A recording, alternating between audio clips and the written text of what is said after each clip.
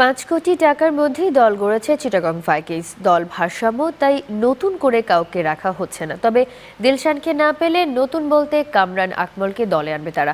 পরে শেষ চারে উঠতে পারলে যোগ দেবে আরও কেউ। বিস্তারিত জানাচ্ছেন নজরুল ইসলাম।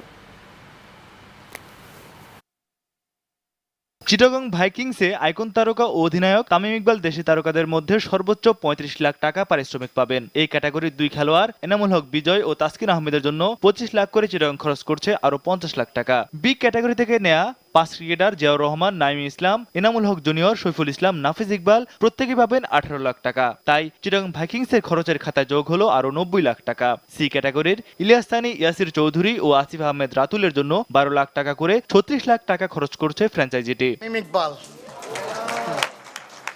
বিপিএল 3-তে তাই প্লেয়ার্স ড্রাফটে নেওয়া দেশে ১১ স্টারের জন্য খরচের পরিমাণটা পড়বে ২,১১ লাখ টাকা। লটারি ড্রাফটে নেওয়া বাকি ৩ বিদেশি তারকা রবিন পিটারসন, সাইদ আজমল, জীবন মেন্ডিসের জন্য খরচ করছে ১,২৮ লাখ টাকা। এর বাইরে প্লেয়ার্স ড্রাফটের আগেই মোহাম্মদ আমির, ওমর আকমল, এলটন চিকুম্বুরা ও চামারা কাপুকেদারের জন্য খরচ করছে আরও ১,৫১ লাখ টাকা। 70,000 হলো আপনাদের গ্রেড 1, বিদেশি প্লেয়ারদের জন্য গ্রেড 2 হলো আপনার 50,000।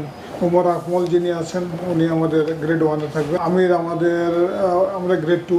দেশি বিদেশি সবার জন্য সব মিলে ৫ কোটি টাকার মধ্যে খরচের অঙ্কটা রাখছে চিটাগং ভাইকিংস। কত তো যেটা নাকি আমাদের বিসিবি যেটা আমাদের টার্গেট দিয়েছেন 4.5 কোটি 5 কোটির মধ্যে প্লেয়ারদের জন্য যে আমাদের নিয়েছে, আশা করি 4.5-5-এর মধ্যে ইনশাল্লাহ হয়ে যাবে আমাদের। এই মুহূর্তে নতুন কেউ যুক্ত না হলেও পরে খেলোয়াড় সংযোজন হতে পারে। সেক্ষেত্রে অল্প ম্যাচ হলেও ভালো খরচ করতে হবে তাদের জন্য। ভালো পেমেন্ট তাদের দিতে হবে, কারণ যখন 1-2টা ম্যাচের জন্য আসবে কিংবা 3টা ম্যাচের জন্য আসবে তখন সেটা যাবে। নজরুল ইসলাম, নিউজ 9, ঢাকা।